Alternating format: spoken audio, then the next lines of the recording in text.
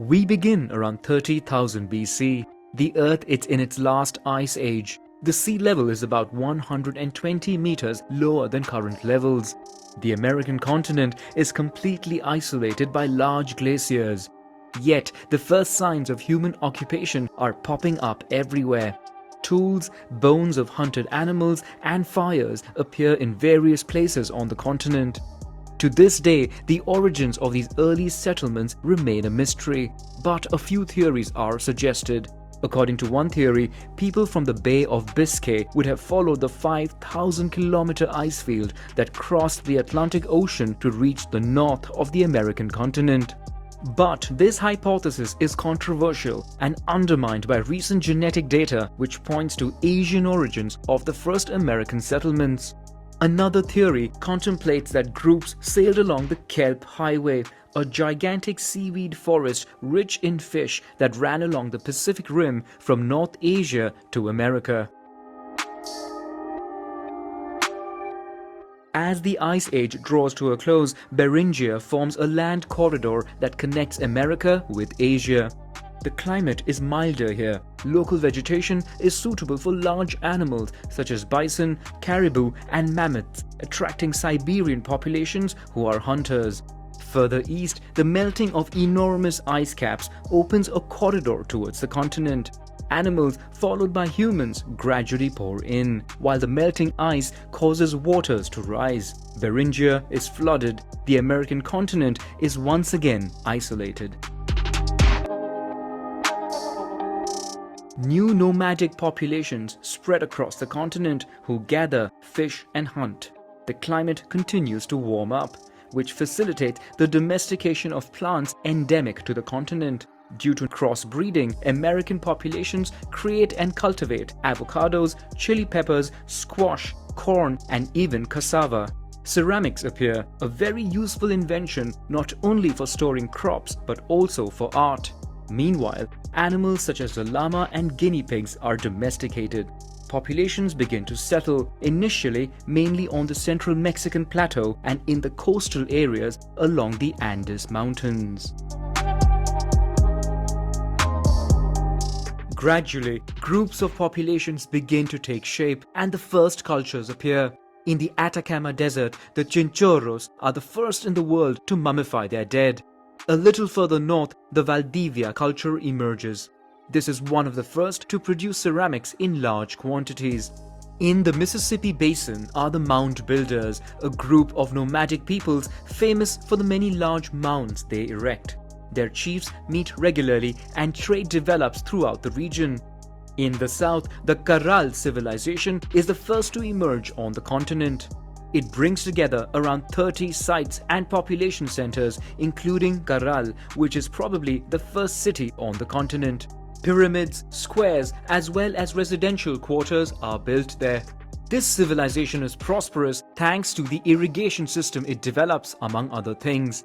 Yet, despite its isolation, the Carral civilization mysteriously declines and disappears around the 19th century BC. Perhaps because of the numerous earthquakes or the El Niño phenomenon, a warm sea current that causes the disappearance of fish and devastating climate upheavals. In the center of the continent, the Olmecs appear and form the first Mesoamerican civilization. They first develop in the city of San Lorenzo, where nearly 10,000 inhabitants live in 1600 BC. Huge basalt sculptures representing heads are built there. The Olmecs set up agricultural terraces with a complex system of water distribution using U-shaped stones. Further south, the Chavin civilization emerges in the Andes. Known in particular for its religious ceremonies, this civilization prospers and deeply influences the region. Among the Olmecs, while San Lorenzo is in decline, La Venta reaches its peak. According to some, the first Mesoamerican pyramid was built there. To stock up on precious stones in particular, important networks of exchange are developed with cultures and civilizations of the region. There are also traces of writing among the Olmecs, but the exact origin of this invention is still debated today. Finally, Tres Zapotes is the last great Olmec city as the civilization falls into decline. This benefits the Zapotecs, who become the new dominant civilization, with Monte Alban as the capital where writing is developing. A little further north is an important city called Quiquilco, but it declines from the 1st century BC because of the neighboring volcano Xitle, which in one or more eruptions covers the city in lava and destroys the surrounding fertile land. There is still no consensus over the precise date of this event. In any case, this benefits the neighboring city of Teotihuacan, which sees dazzling prosperity and development. Surrounded by fertile land and located near deposits of obsidian, a volcanic stone used in the making of tools, the city attracts artisans and traders from all over Mesoamerica and becomes an important hub. Monumental pyramids are built and become places of pilgrimage. At its peak, Teotihuacan is the largest city on the continent with a population of at least 100,000. Further east, the Mayan civilization is divided into a multitude of city-states which are often rivals. Tikal and Calakmul, both in competition against one another, are the two greatest powers. But in 378, Teotihuacan seizes power in Tikal. A new dynasty is established there and the war continues against Calakmul. Between 550 and 575, the central districts of Teotihuacan are set on fire and vandalized, possibly during internal revolts. While in the east, Tikal is defeated by Calakmul, Teotihuacan's power wanes until the city collapses. We return to 200 BC. At this time, in the south of the continent, the civilization of Chavin collapses, which allows the development of other civilizations in the region. The Nazca civilization develops in an arid zone, in particular by building underground aqueducts which make it possible to transform the desert into cultivated fields. They also do large drawings, often representing animals, which become an important part of ritual ceremonies. Further north, the Moshe culture becomes prevalent. Remarkable for its metallurgy and agricultural techniques in a desert environment, this warrior civilization spreads rapidly. Prisoners are sacrificed during rites. During the 7th century, it is probable that important climatic changes precipitates the fall of the Nazcas and the Moshe. This benefits the Wari civilization, which extends considerably to the north. Meanwhile, their ally, the Tiwanaku civilization, originating from the shores of Lake Titicaca, spreads south and eastwards, thus ensuring military and cultural domination over the entire region. In Mesoamerica, the fall of Teotihuacan leaves a void in the region, which benefits several cities that develop rapidly. In Mayan territory, rivalries remain a constant despite intense trade. The cocoa bean is used as money, but it is also consumed as a drink during ritual ceremonies reserved for elites and kings. The Mayans use writing and create a calendar designed by combining 3 existing calendars.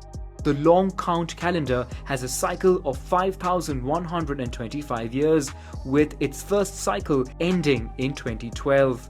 From 780, a succession of periods of intense drought followed by a major political and demographic crisis leads to the desertion of most Mayan cities. Architectural constructions are interrupted, as are exchange networks. Dynasties collapse and only a few Mayan cities remain. The Zapotec capital of Monte Alban also collapses to the benefit of the neighboring Mixtec people. Tula, further north, grows to become the new Mesoamerican cultural center.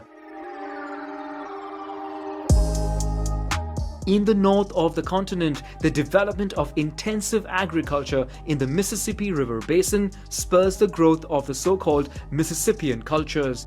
Further north, around the year 1000, Vikings from Greenland reached the coasts of America. They built camps, but these are abandoned after a few years and forgotten. In the south of the continent, El Niño is probably responsible for the collapse of the Wari and the Tiwanaku civilizations.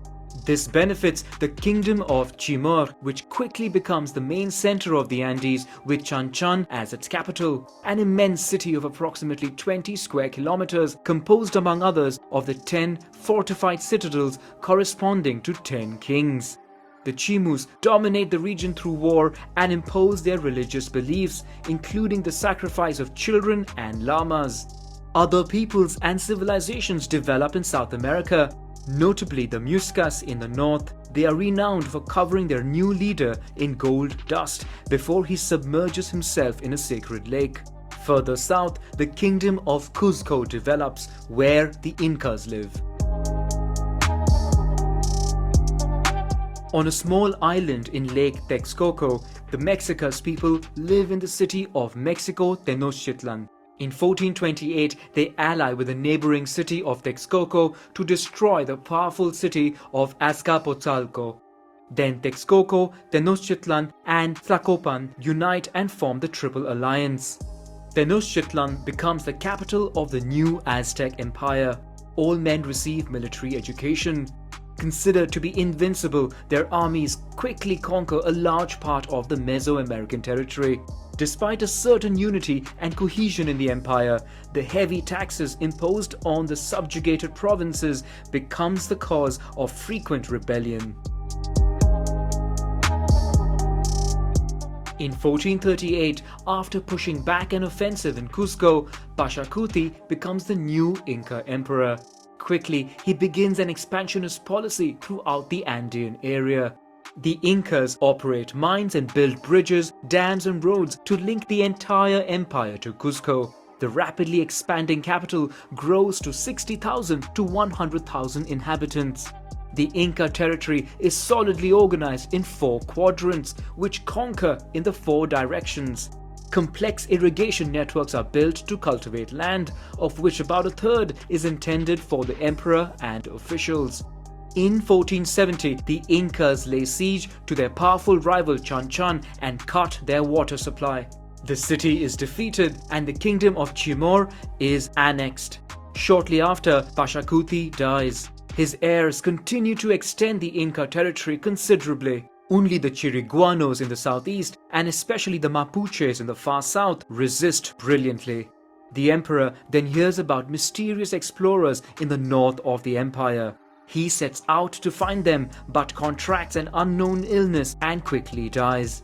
This disease, against which the Incas are not immune, spreads through the empire in a short time, also proving fatal for the heir.